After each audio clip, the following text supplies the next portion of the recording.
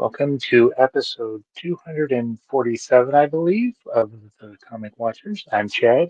Matt has the night off, but that's fine. We're still going to talk about some comics, and we're going to talk about King Arthur and the Justice Riders. Just a couple weeks ago, we chatted with some of the creative team from kind of like the sister book of Princess Yeah, yeah. Guinevere. hmm So, Joe, how about you introduce yourself and yeah, tell us a little bit about yourself. Sure. My name's Joe Corallo. I'm a writer and an editor. I've been doing this for like a decade, which is crazy. I was previously on here talking about the first volume of King Arthur and the Knights of Justice last year. This year now we're talking about the impending release of volume two, which is out next month.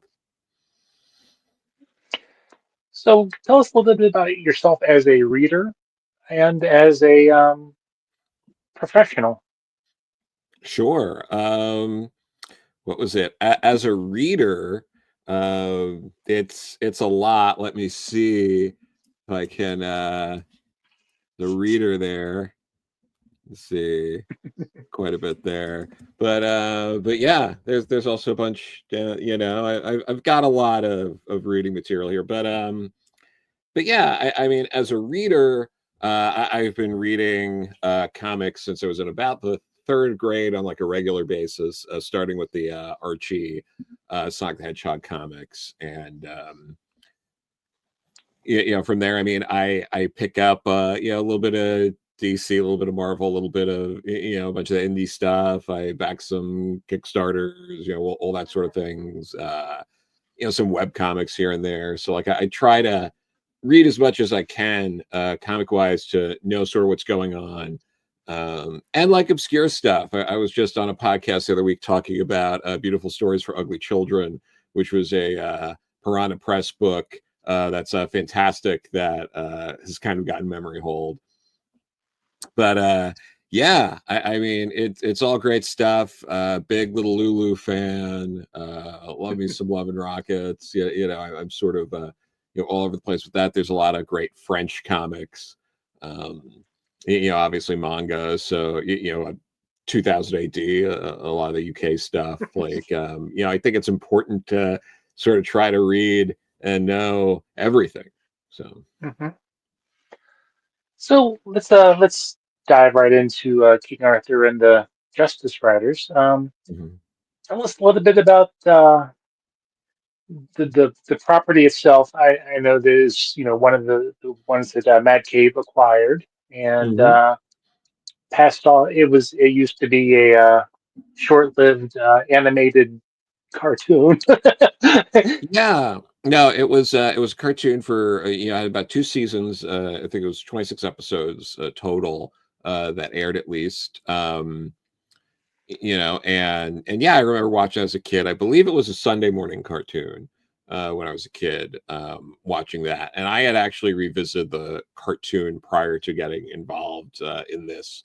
Sort of during like lockdown and all that, going through watching a bunch of old cartoons I could find. But yeah, Lauren sort of approached me with the first volume and had, sort of an idea, like an outline that was approved already. But, for volume two, I kind of got to go wild and come up with an idea which got approved and kind of ran with that. So that was a lot of fun for me. But the basic premise is they are uh, football players in the American sense who are transported back to the days of Camelot by Merlin to replace uh, King Arthur and the Knights of Justice from then because they had lost in battle to Morgana. And in the cartoon, there was a whole thing about getting different keys and releasing them like sort of individually, which is great if you're going for a syndicated cartoon and you want as sort of as many episodes as possible. It's not conducive to putting out like a graphic novel or two to tell your story. So that was one of the parts that we had changed for the books. But this second volume sort of really dives right in. It's Morgana. She's getting her revenge. It's mostly a contemporary story. There are scenes and different events that happen in Camelot, but it's mostly Morgana terrorizing the knights in sort of the present day. Hmm. So, um, you said that you got a little to move a little more into a new story with this. How was that going from building off the first story? I know you've talked a little bit about how it's a little different. Mm-hmm. But yeah, talk a little bit more about that and with character developments and all that. Sure. I mean, when it comes to this, there were there's some characters that didn't maybe get as much of a highlight because really it's a King Arthur, Arthur King in the story is your main character, and Lance and Breeze were like these secondary sort of main characters. So they're all very important in the story as well, but we got to do a lot more with Gallop, Phil, a little bit more with Tone here, which I was happy about. That all sort of continues what was happening from the first volume. I don't want to give away too much in case people didn't check out the first volume yet, Mhm. and all of that. And I don't want to spoil the second volume, but these are sort of characters we got to play a little bit more with. Merlin and Guinevere also have a pretty sizable role in this story. Obviously, Morgana. So I do think between that and getting to incorporate some more Arthurian legend into this, Mhm. there's some like items and other characters from legend we were able to kind of explore in this Mhm. story. So yeah, I think there's a lot for people who are fans of the original property, people who are fans of the first volume, and people who are interested in Arthurian legend in general. I think can all sort of get something out of it. Now, when I was doing some research, for our discussion, apparently Mhm. Marvel did like a 6 issue, 4 issue uh, King Arthur, similar thing back in the early '90s. I guess when the show Mhm. was coming on, did you Yeah. revisit that and see how that kind of played out and take some cues or just to see how to make it different?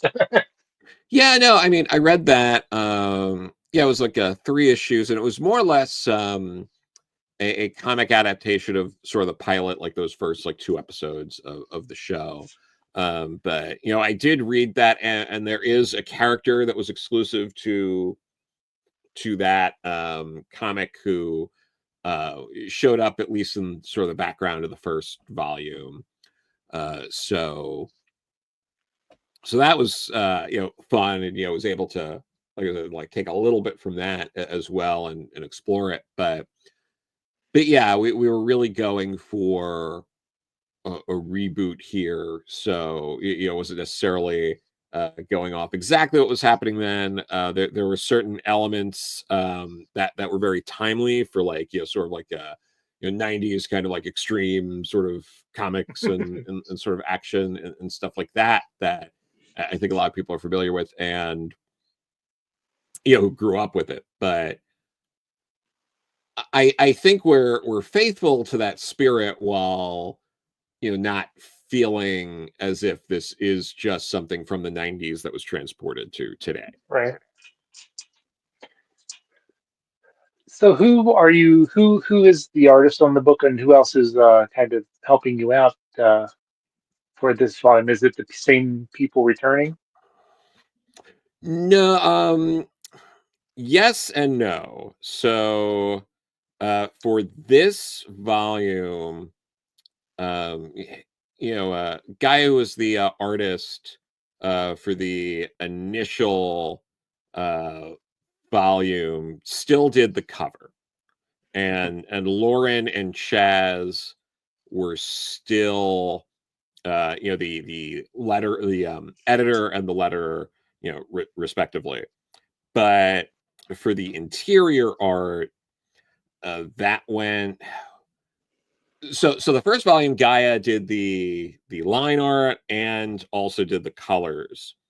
Here we divided it up. So what was it? We had Mandy Chan is the line artist, but Lyndon Cahill was or Cahill, apologies, is the colorist for this. And I've gotten to meet Lyndon, so I've met everyone in person on this team, other than Gaia, who is the artist in the first volume and the cover artist this time, and Mandy Chan. So so that was fun, and I got to meet Lyndon while the book was still sort of in production, which was pretty great. Yeah, we talked with. Sorry, it's Linda. Am I correct? Lyndon, yeah. Yeah, yeah. I think we talked to her when we had the talked about Guinevere and the uh, Oh, I to Jewel. Lauren, because she was the Lauren. editor. Okay, Yeah. okay, Mhm. yeah. Yeah, because she That's what I edited said. both volumes. Yeah. Mhm. um, when we, Bear was very passionate about these properties. How Yeah. did that translate to your enthusiasm in the project? Well, I mean, I think I can I mean, for this, I think Lauren, like by the time I spoke with Lauren, I was already enthusiastic about sort of the project, because I had been um, talking with Matt Cave. This was after I had sort of wrapped up duties on Dahlia in the Dark. I Hmm. don't think it was out yet, but I had finished writing it. So I was at Baltimore Comic Con in 2023. I was talking with Chaz, and it was basically like, hey, anything else sort of coming in like the pipeline, like whether it's like a work for hire license or something, I'd be happy to be considered. And he had asked me about like, oh well, or did you ever watch like like Princess Guinevere, the Jewel Riders, and uh all that? And I was like, I didn't watch that growing up, but I did watch King Arthur and the Knights of Justice, and Hmm. I was a fan of that, and I had watched it again recently. So they already knew I was familiar and enjoyed the property prior to that. Like, this wasn't Hmm. the sort of project that I kind of needed to be explained sort of the premise Right. and if I'd be interested. So we sort of matched enthusiasm out the gate. So Hmm. So I know that at one point it sounded like there was a going to be a crossover between the two, and the mhm. biggest, although they are different, I guess, universes with Merlins that are spelled different. So, Yes. uh, if is that something that you hope to be able to do, pursue in the future, or and how would you, if you had a chance, how would you see going about that? Yeah, I mean, it's already like that free comic book day sampling that was going to come out, that it was solicited, like Jordy and I already wrote that, so like Hmm. that's so we already envisioned what it would be, and put it down, and I really love what we came up with. But it'll probably come out at some point. I don't know when, I don't know what capacity, but Hmm. Jordy and I's collaboration on that's already been finished. So Oh. obviously, since it's a licensed property and it's through Maverick, we don't have any say in exactly how it gets put out. But Hmm. um it's something that's being discussed. So hopefully, it'll be out there in some capacity, in the coming months. So we'll see. Having written the characters in the this series, is there a character that you've kind of attached onto or really wanted to explore more if you got a chance?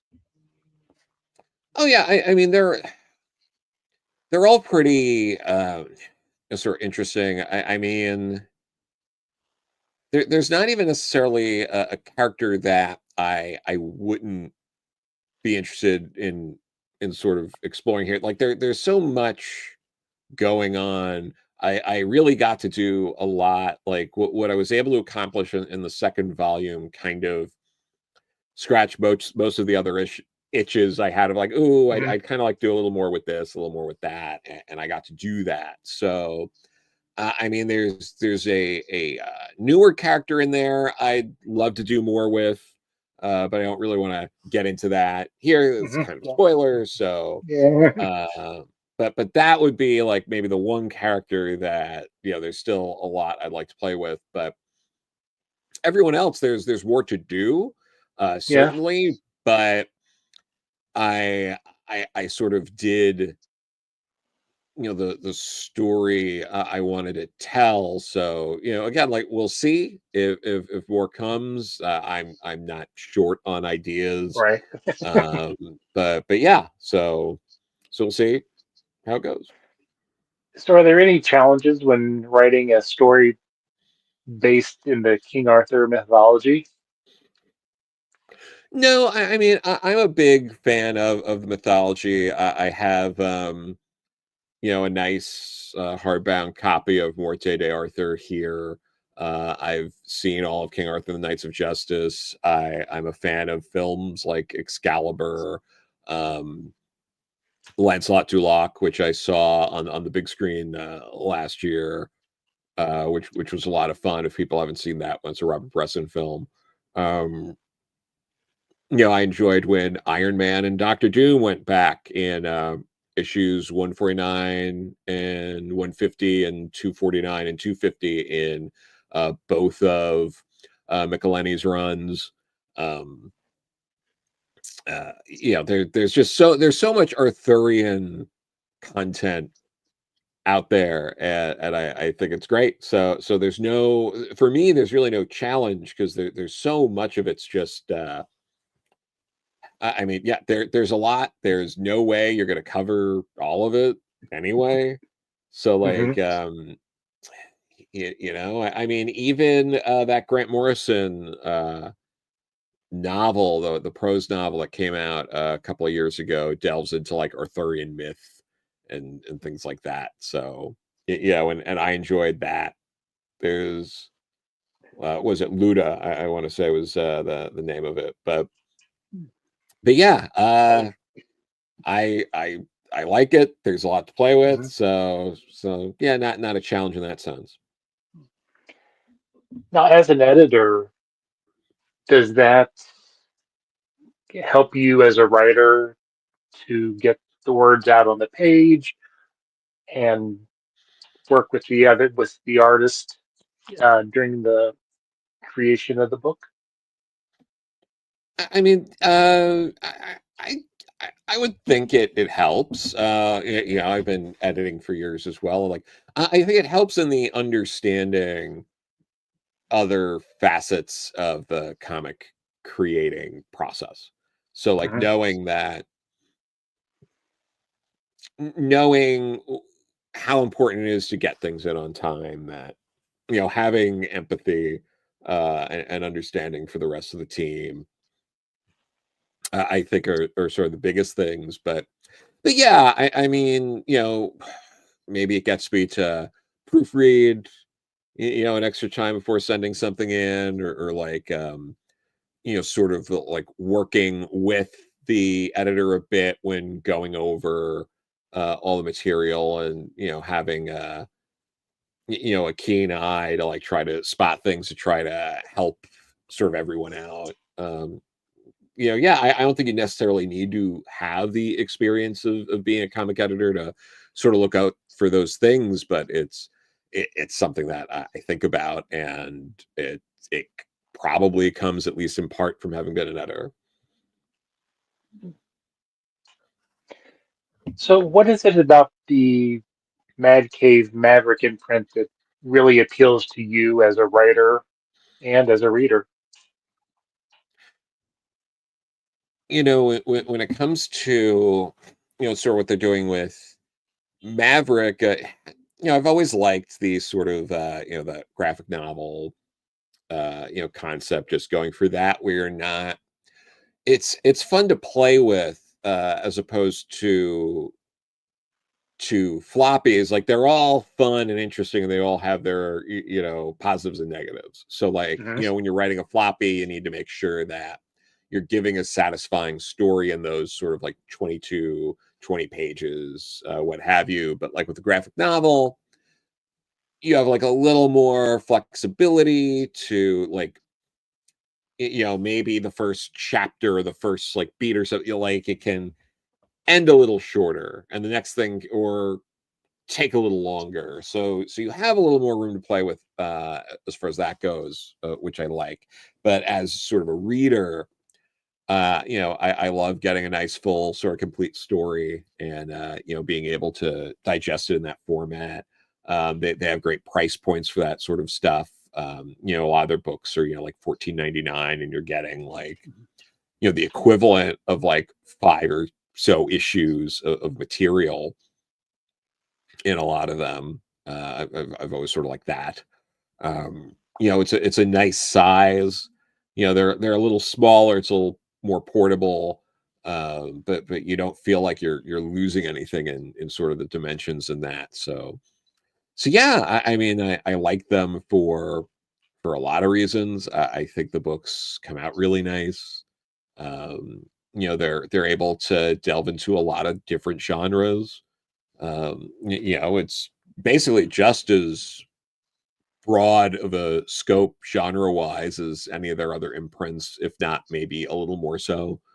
So I think there's a lot going on in Maverick, and that people should check it out. It's not just these sort of fantasy books. There's slice of life stuff. There's horror stuff. There's um, slice of life. There's a lot going on. Now, when you're writing the licensed property, is it is there is it harder or easier than, let's say, your creator owns stuff? I know that with licensed property, you have like certain guidelines you have to stay in with the characters, but Yeah. um, how is that for you? Is there a different frame of mind that you have to put yourself in, or is it just part of the process of your writing? I mean, it's all ultimately it's the same in terms of just getting sort of things done. Whether it's a license or it's my idea, ultimately it's all still my idea, right? Like Mhm. it's even if I didn't come up with the outline or the premise, I'm still the one who's coming up with, okay, well, what do I do with this idea? Mhm. So in terms of investment in it, I'm still as invested. When it comes to like creator owned thing, I might have to spend a little more time in terms of making sure this world that I'm developing is fleshed out in the ways I need it to. Whereas in a licensed book, that's already sort of done. Sort of your map of the world, and all of that's set for you. So that's Mhm. something that's kind of off your plate.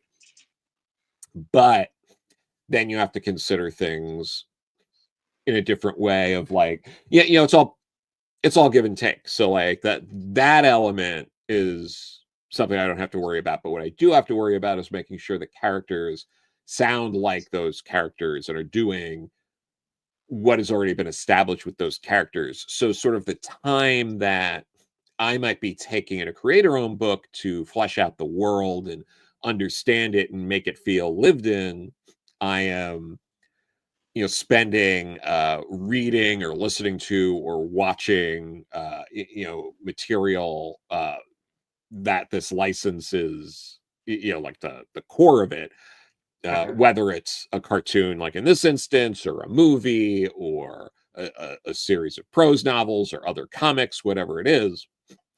So yeah, it's all give and take, and depending on the property or the scope of the creator owned idea. I mean, if it's just a mini, not just a mini series, but if it's creator owned mini series, that's different than if I'm trying to plot out a creator owned, like, 3 volume graphic novel series. So like it's all give and take. It all depends on the size and scope of the project. Was there anything you learned um, writing the first volume of the King Arthur book that you were able to apply to the second volume, or that made it this one a little easier to develop? I mean, it was easier in the sense of I already knew by the end of this, I already knew how I wrote these characters. Hmm. So that was sort of done already for me at that point. So I was like, okay, it's easier to dialogue it out this time around because I know how they all interact at this point.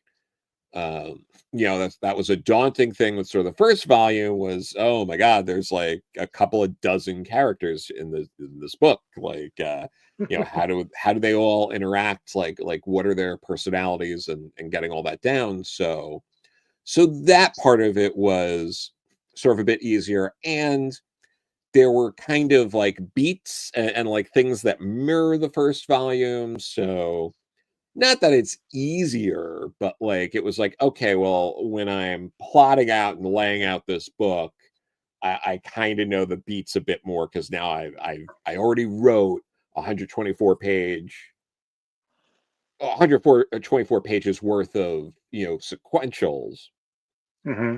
for the previous volumes. So I'll just do that again here. So like you kind of, it's a bit easier to get in the groove, I suppose, but it's still figuring out how everything's going to work. It's still, at the end of the day, you're still doing the same amount of work. So like, what ends up being easier with that, it's not that's difficult necessarily, but the other parts are then like, okay, well, am I making a story that's making sense here? Am I Hmm. doing justice to the story?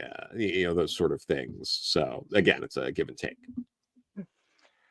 So this, if you'd like, if you don't mind, let's talk about some of your creator-owned stuff that you've written. What are those books and what are they about?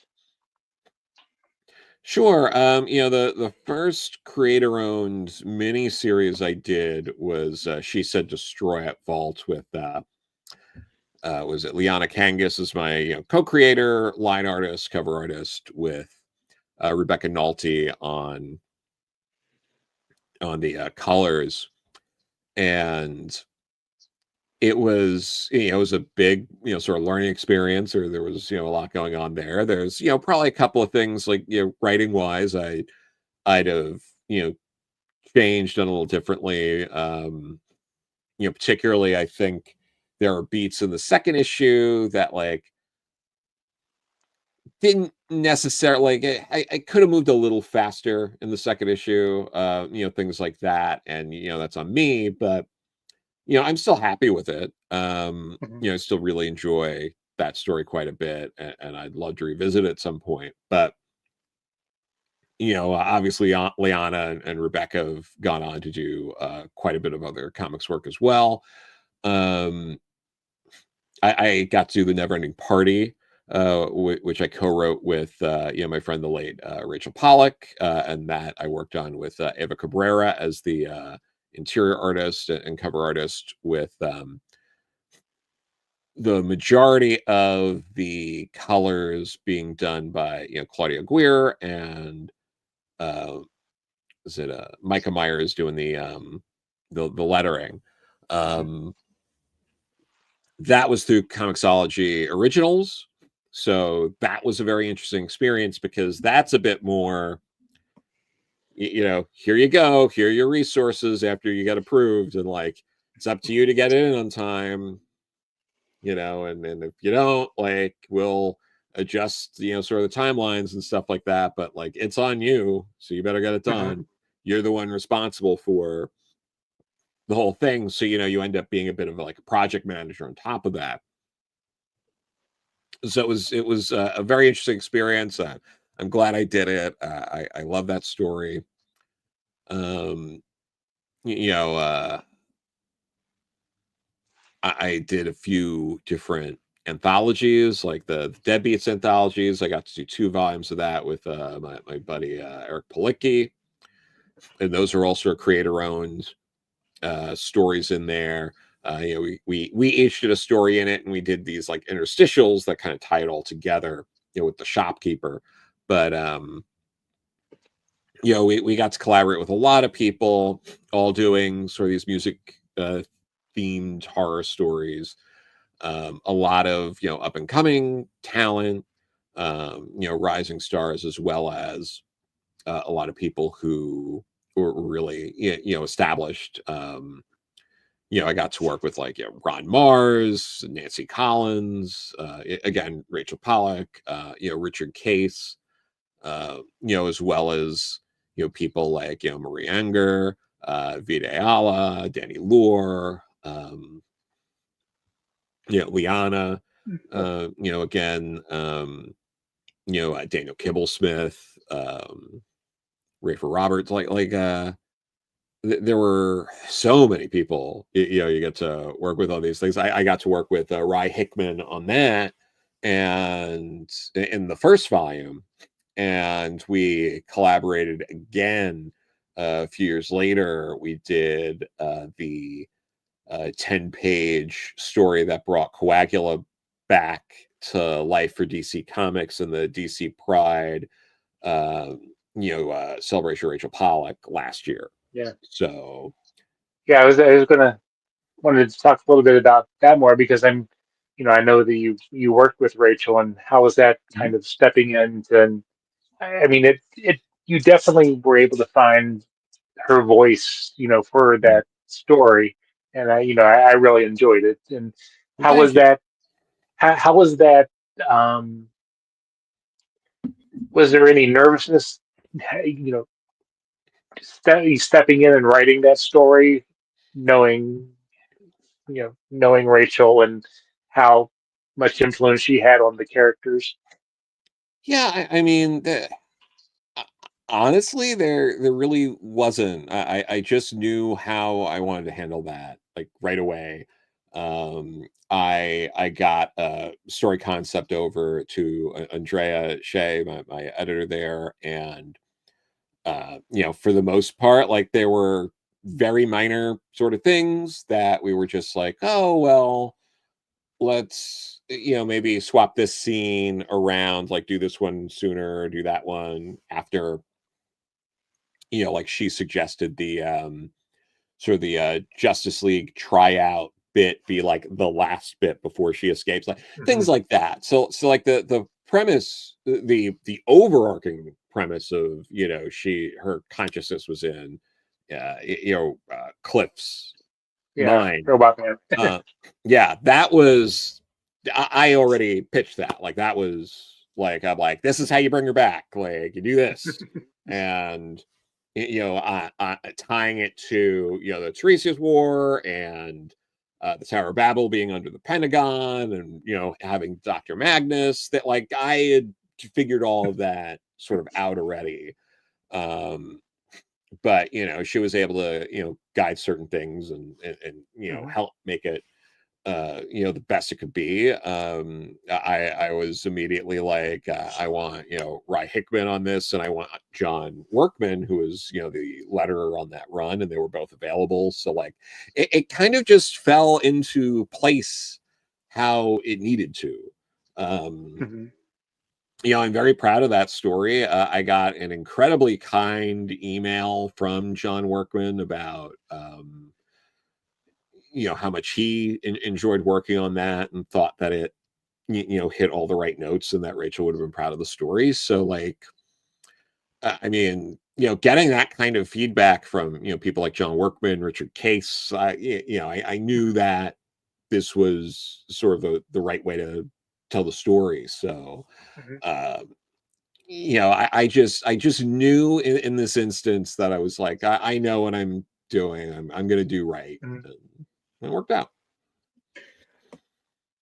Now, when you were working with Rachel, did you learn anything about storytelling from your experience with her that you Oh use yeah, in your future mean, work? Or in, yeah. Well, I mean, she's inspired a lot of things for me. I'm in the process of putting together a Kickstarter one shot that'll probably launch in the next like few weeks, and that's very much inspired by the things I've learned from Rachel.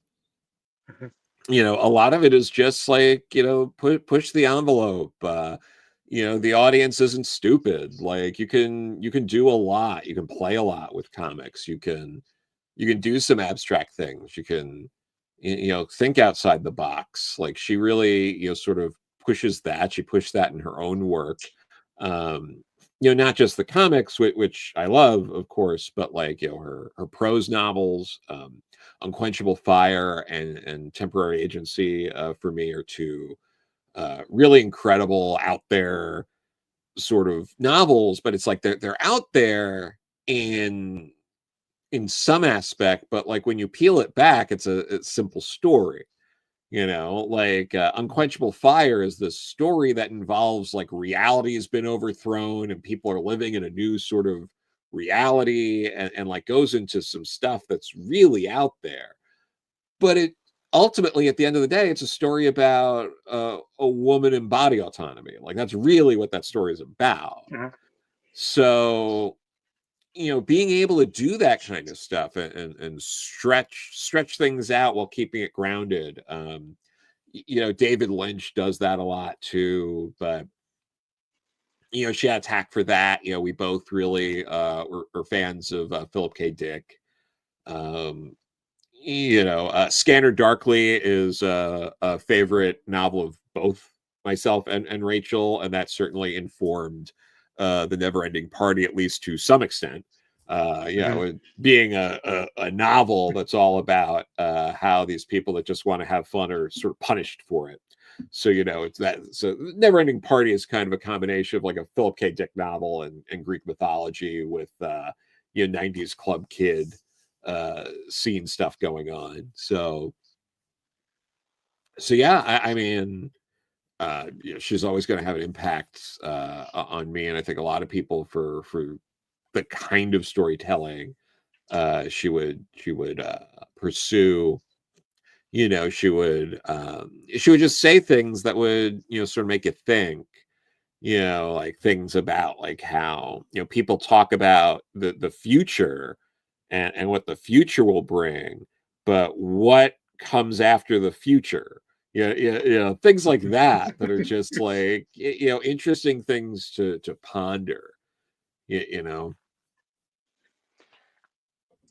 So, if you had the opportunity to give a younger you some advice that you know now, that you wish you knew back then, what would that be?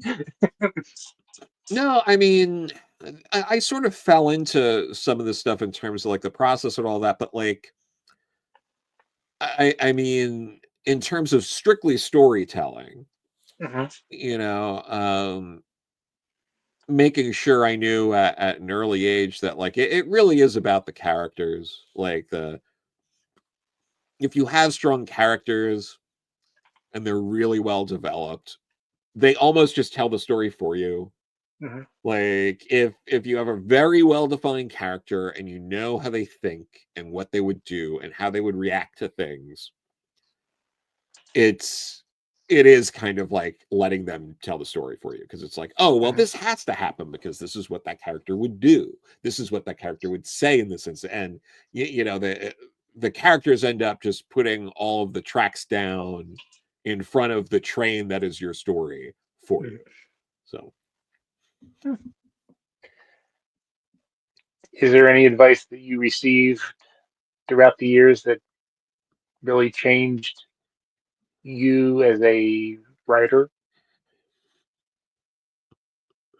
Not really. I can't think of there hasn't really been anything that's made me go, oh, I've been doing this wrong the whole time, or like I should try Yeah. doing it this way. Like it's just sort of, evolved over time. I mean, I started earlier on, because people would say like, oh, it helps when you sort of, even if you can't draw, like try drawing like the layouts or something like that for yourself to kind of get a feel for what it would look like. But you do that for a little bit, and then after a while, it's like, well, now I know how to just write it out and visualize it, Hmm.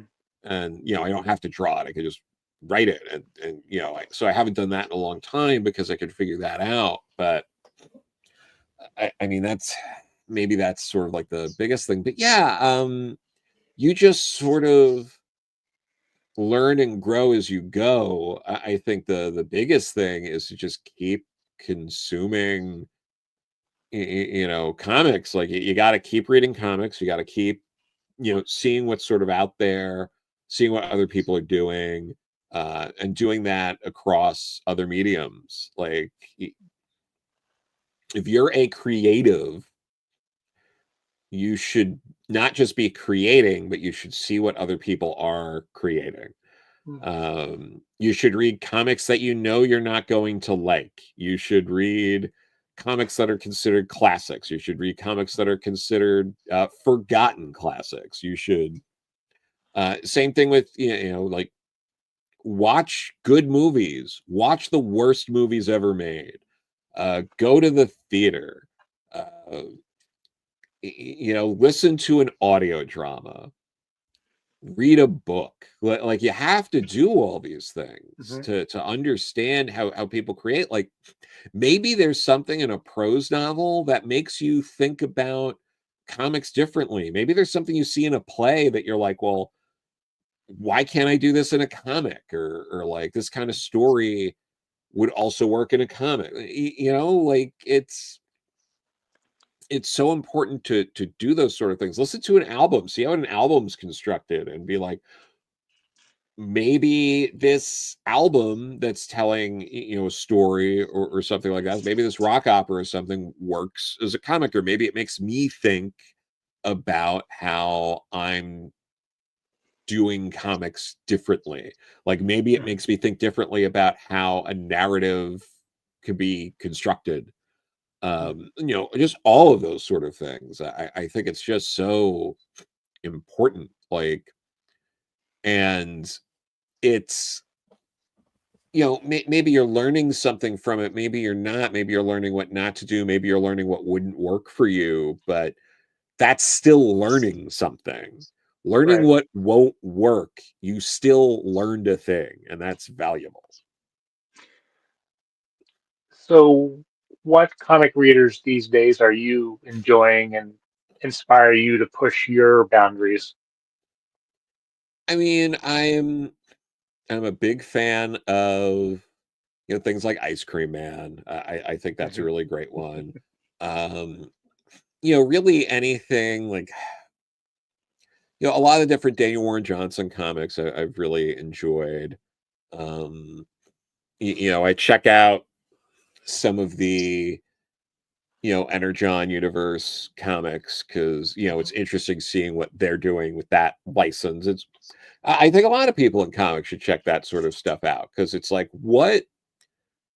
what's going on here? What is working here that didn't work to the same degree in recent memory elsewhere? Hmm.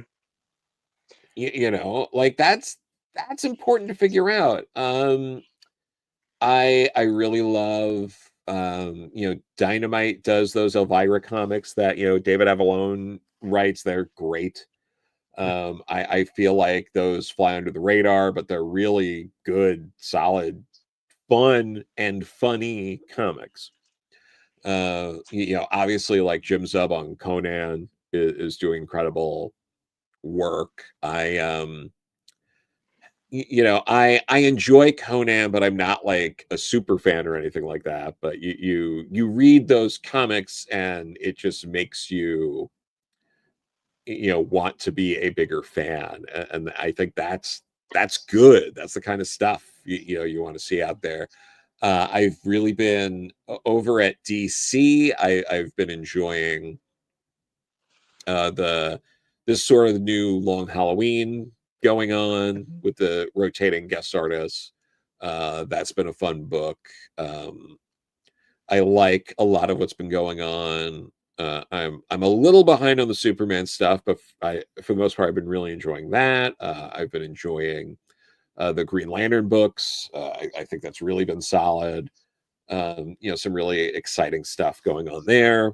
Over at Marvel, obviously have some of like the absolute books like Absolute Spider-Man.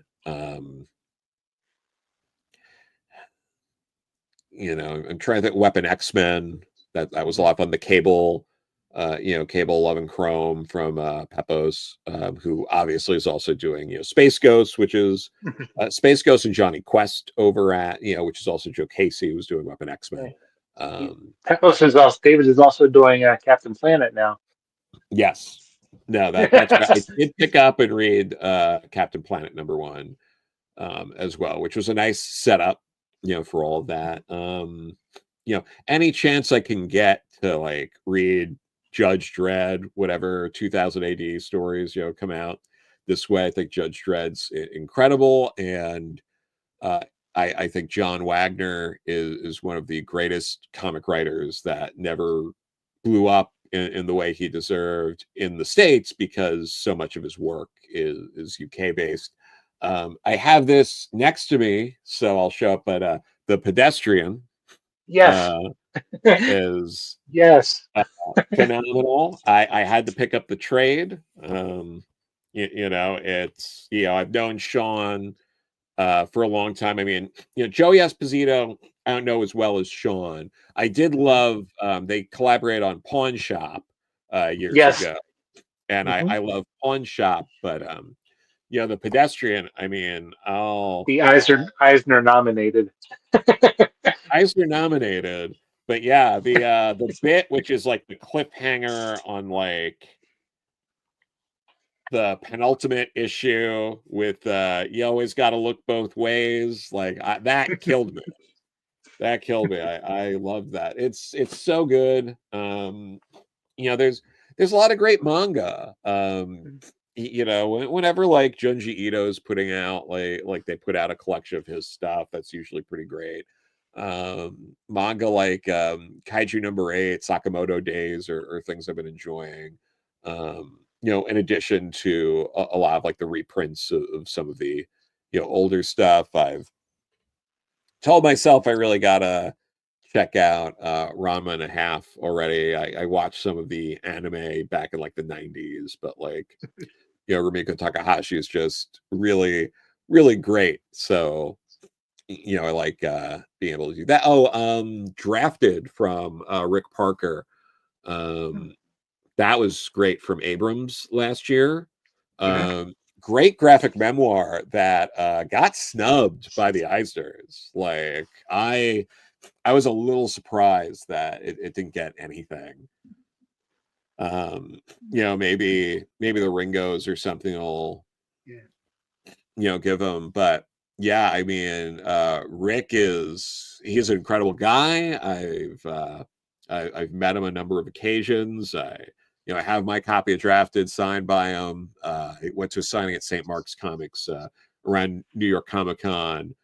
Um, this past one, but Rick is great. He's a legendary letterer. I mean, if you read a Spider-Man comic when Jim Salicrup was editing, it was probably lettered by Rick Parker. I believe he lettered Craven's Last Hunt. Hmm. He lettered those early appearances of Venom and things like that, like important Spider-Man comics, and he's lettered, plenty of other things over at Marvel, but like, it always makes me think of, Spider-Man since, Parker and all that, which, knowing Jim, I'm pretty sure Jim Salicrup has said before that, like, that wasn't the main reason why I hired him, but it helped. That his name was Parker. I know you mentioned Ice Cream Man is, the first off. Have you had a chance to Yeah. check out Assorted Crisis events? Because that's kind of in the same. I feel that's in the same kind of vein.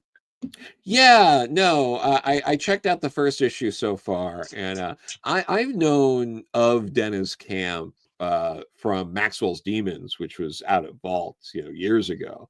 Hmm. I believe the first issue of that was even the Free Comic Book Day. Uh, somewhere in the 20 teens, maybe it was 2019 or something like that, maybe 2020. I'm trying to actually, was there a Free Comic Book Day in 2020?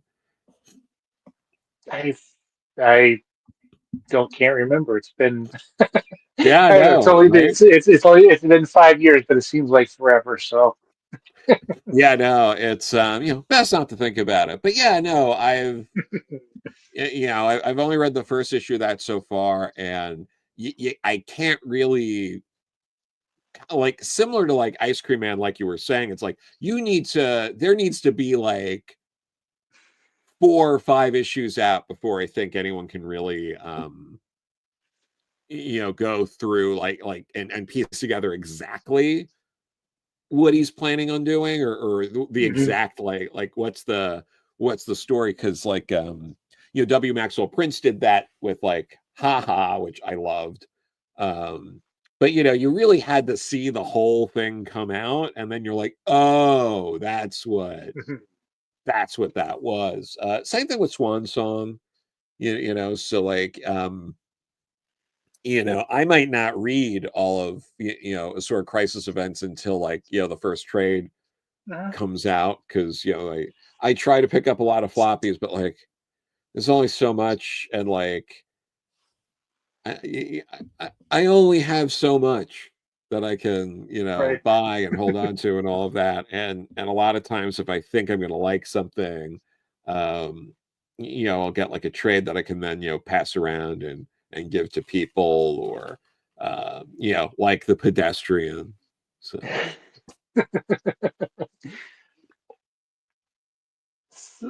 So, are you planning on doing any shows? I mean, I know we were talking. I don't know if we were talking about when we went live, but we bumped into each other last year at yep. the Scholastic event held at New York Comic Con, which was really fun. Yeah, no, it was a great event. Having drinks next to R.L. Stein while a guy dressed like Dogman is like waving at you is pretty fun. And eating a Dogman cotton candy. That was Yeah. awesome. Oh yeah. No, it was a great time. And I got to meet Scott McCloud and you Yep. and Jeff Parker. Yeah, no, for sure. I love Jeff Parker. I have Rassel. I have a hardcover collection of that, signed and sketched in by that one. I adore that story, and like Bone and all that sort of like takes up a lot of the room in the conversation. But that was really good. His Shazam miniseries was really good too. Yeah. So, anything else about the new volume of King Arthur and the Ju- Justice Knight? Knights of Justice Knight. Knights of Justice. Yeah. No, you're good. It's supposed to be out. I believe it's June 17th. At least that's what it says on some of the sites. But I will be at ALA in Philly at the end of June, promoting the book. Mhm. So if anyone is out there, come by. I'll be at the Mad Cave booth at ALA. Both, I believe, Saturday and Sunday. I will be there at some point. So, come by, say hi, check out the book. Otherwise, I'm planning on being at, FlameCon in August, Rose City in September, and New York Comic Con and Baltimore both in October. So They're like back-to-back weeks, aren't they? I think. I think so, which I'm not thrilled about, but they're both, it's New York's like my local show, and Mhm. I've been doing Baltimore for a while now, and it's I, a fun show. So I like New York for all the different. people I get to talk to and interview. But I've been to Baltimore a couple times, and it's a comic show. That's what that's the main focus of that show is comics, and that's a great, you know, nice to have that almost singular focus. Oh yeah, no, for sure. It's nice. That's the same thing with Heroes, which is coming up. I got to go to Heroes last year. It was a lot of fun. I just have too many things going on right now to justify that. Like I already did Emerald City and C2E2 earlier this year, and then I just rattled off like 4 or 5 other shows. It's a lot. It's a lot to do all of that Mm. in a single year. So Yeah, I can imagine. I'm yeah, lucky. I'm lucky to get to New York, and that's local for me almost. yeah. No, there you go. I might try Well, to do Terrificon, but or mhm. at least pop in there. We'll see. Yeah, that's kind of almost local for me. I've heard about it. It's just always never at a good time of the year Yeah, no, I for hear me. you. Yeah, But I want to thank you for taking the time this evening to chat with us about King Arthur and the Justice Knights. Everybody yeah. should check it out. And, Mad Cave and their various imprints are putting out some great stuff.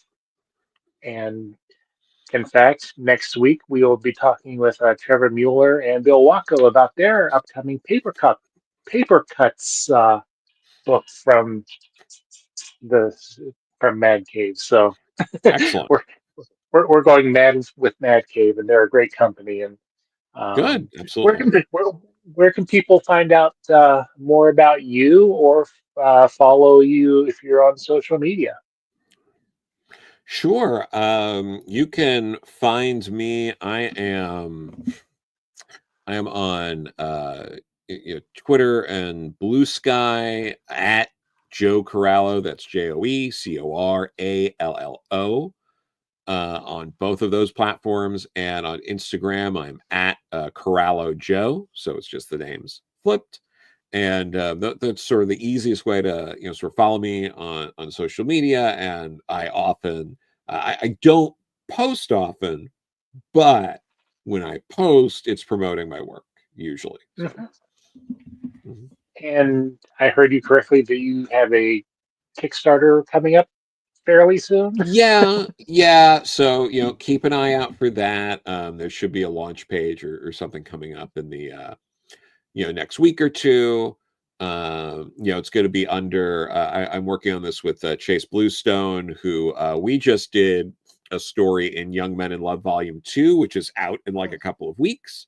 We did an 8-page story that's like a gay Toy Story thing, which we're really proud of, and we're doing this sort of one shot together. So keep your eyes peeled. It's going to be through Blue Coral Comics, since it's a combination of both of our names. It's cute like that. And yeah, so keep an eye out for that. It's a one and done story that I'm really looking forward to getting out there. Well, we'll definitely keep an eye out for that, and when it goes Thank you. live, we'll make sure it gets up on our weekly crowdfunding corner where we uh, try to bring attention to some of the different crowdfunding projects out there. But again, thank you for taking the time this evening. Best of luck with the book. Hope to see you at New York Comic Con this year again. Yeah, And thank you. as Matt, my co-host, likes to end the show with, I'll try to do it.